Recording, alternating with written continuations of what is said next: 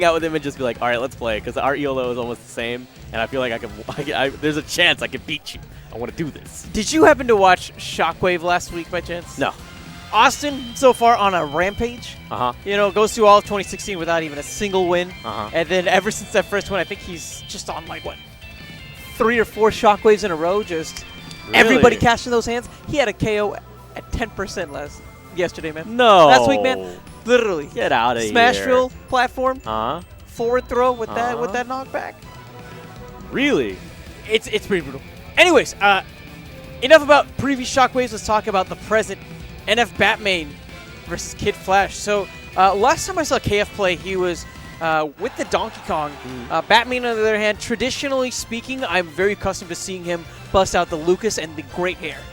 Yeah, he's on point with the freshness. And of course with the Batman shirts. This time looking like he's repping a Suicide Squad shirt. You know, I'm not sold on that movie yet. Me neither. But I'll definitely give it a shot. I'll watch it for my girlfriend. Yeah, for sure. Invite me along for that. That'll be interesting. All right. So, and also for Margot Robbie. Let's be real. Game number 1 underway. NF Batmayne versus KidFlash. And KF actually opting for Kirby here. So the reason why you'll opt for Kirby in some of these situations is the low profile and the combo game that can come with it, right? The fact that you can play rock, paper, scissors and negate paper is pretty dope, if you ask me. So look for those sort of things, but the kill potential for the character does exist. A strong combo game at early percentages. Confirming, though, might be problematic sometimes. Yeah, that's right. You know, in the later percents, it can be pretty tough for a lot of these Kirby mains to actually get the KO. But as you're seeing right now, KF having no trouble racking on the percentage. Batmayne, no, way too low, and just a few pixels away from having those magnet hands. I mean, if he had actually looped down just slightly more, he would have had a more vertical chance to go straight up, and then he could have used the aerial drift to snap ledge. However, shooting too far to the left there, problematic. Now, this decision to have Kirby in the pocket, it's something that's becoming a bit more and more common. We're seeing it from players like Supergirl Kills, Kid Goggles, etc.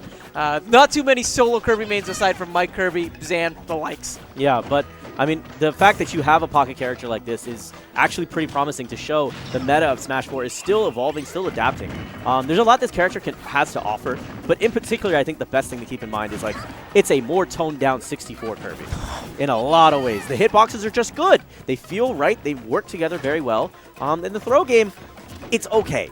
But whenever it comes to Lucas, he can make a lot of money at earlier percentages from grab, down throw, nair, double jump nair, and following the DI and chasing them accordingly. But in these positions, things are pretty problematic because he doesn't have a go-to kill option at this point. I mean, he can F smash, he can down smash, but both can be anticipated, right? Oh, well, don't forget about his throw game, though. I mean, Lucas has an amazing set of throws, not quite as strong as Ness's, I believe, but still, the back throw is pretty scary. I've seen Ness mains go for the down throw into aerial, etc. Just go out and dare, go out and dare. Oh, I was right, but he went too late. Getting the ledge snap before the hitbox of the aerial can actually connect, and KF trying to go for the chase down ends up getting greeted by the quick set of aerials. Sorry, the quick, I believe there's just a quick normals from Batmayne. Batmayne's still in a world of trouble, though. Oh, hold still. Oh, that was opportunity. He could have just simply F smashed there, but instead going for the forward throw. He has positioning.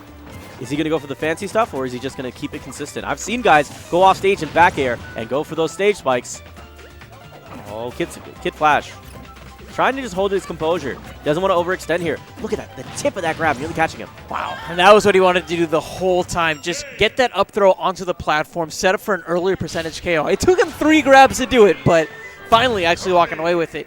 While we saw really strong showings, again, in the early game from KF, it's how long it took him to actually take that final stock that makes me think we might see a character pick despite the win. Sure. I mean, Spearmint, as much as, okay, looks like we're getting more Spearmint Kirby. I'm okay with this. So let's talk about some adjustments that we're going to be seeing from the two of them, right? So with Batmayne, he needs to step up the combo game early on. He needs to see if he can have more exchanges in neutral that he wins. With his punish game was a little bit lackluster whenever he did get an opportunity. So he has to see if he can just pick it up on both fronts. Now his DI game, his defensive options, they're okay. he's not doing bad, but he needs to make sure he cleans it up and doesn't have those SDs like last time. A really big thing, making sure that he's using the tether grab a bit more sparingly, because KF was able to play a pretty reactionary sort of style, bait out the tether grab a couple of times in that last stock, and really pile on the percentage onto Batmayne. Yeah, that's very true. Now, though, percentage currently in favor of Batmayne. He's definitely made the adjustments he needs to, and he gets the grab. Down throw, up air, and that's what we're talking about. Even at these like higher percentages, I feel like Lucas has the advantage because of how viable some of these throw options are. The toughest part is actually getting the initial grab itself because it's tether. But if he can just condition KF into constantly going into shield, he might be able to walk away with a couple more grabs. And the way that he can do that is by using side B effectively at full range, as well as spacing his aerials and his tilt game.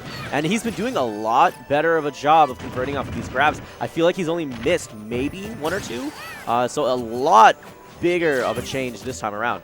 Now, keep in mind, it's still anyone's game, considering the rage, the percentage that we're seeing Batmayne at. KidFlash can make one good read, just like that. And what a read indeed. I think he was more than likely trying to cover the roll-in, but if KidFlash is just going to see Batmayne in the air just like that, well, perfect time to pull the trigger. Oh, we'll take those, for sure. Oh, definitely. Well, he needs to find a way to take the lead back. Right now at the deficit, but as you touched on at the very beginning of this game, this is where Kirby excels. Just a punishment in the early game. He can rack up the percentage ridiculously quickly. Oh, go finish him. Go for the dare. Yes! That's what I wanted. Do it again. Oh, and a heartbreaker for Batmayne. I love it. I love it. Let me see more Kirbys rising to the top. Spearmint, keeping it fresh. Let's keep it rocking, baby. That's what I want to see. Definitely. Really, the decision-making there from KF to actually go for the dare, really, really smart. We saw him try to go for the dare edge guard a couple of times, but especially with the selection that he chose from a stage standpoint, you knew that Batmayne was probably going to be riding the wall up. For sure. For sure. And, you know, that was just good execution. A little sloppy at the end. I wanted to see one dare to finish it. But, hey, I'll take it. That was good. That was good. We'll take it. I mean, the thing to keep in mind is that, yeah, the dare is good. It's not amazing. But with more finesse and understanding the hitboxes on it, you can turn that into a lot more lethal of an option, for sure. Definitely. But it goes to show you what's so exciting about this game is that we're like a year and a quarter into this meta, and now we're starting to see more characters starting to rise up. It's very exciting. Feels good, man. It's very exciting to see because, you know, Melee is a game that's been going on for 15 years. A lot of the meta's been solved. And yeah, we get cool things, you know, here and there, like V canceling and stuff. But in this game, all the tech, because of the internet, all the tech is out there. It's a question of how people start to adapt and learn it and utilize it. Who's going to take the time to learn Beto? And who's going to take the time to learn Beto at a high enough level to take a tournament? That's when things get really exciting. Yeah, well, Esam's working on it. Is he? Yeah. Well, considering we're in a off season, if you want to call it like that, then yeah, it's a good time to do it. I think guys like Zero, though, I mean, they just straight up said, like, look, I'm not going to sacrifice first place to, like, learn Beto.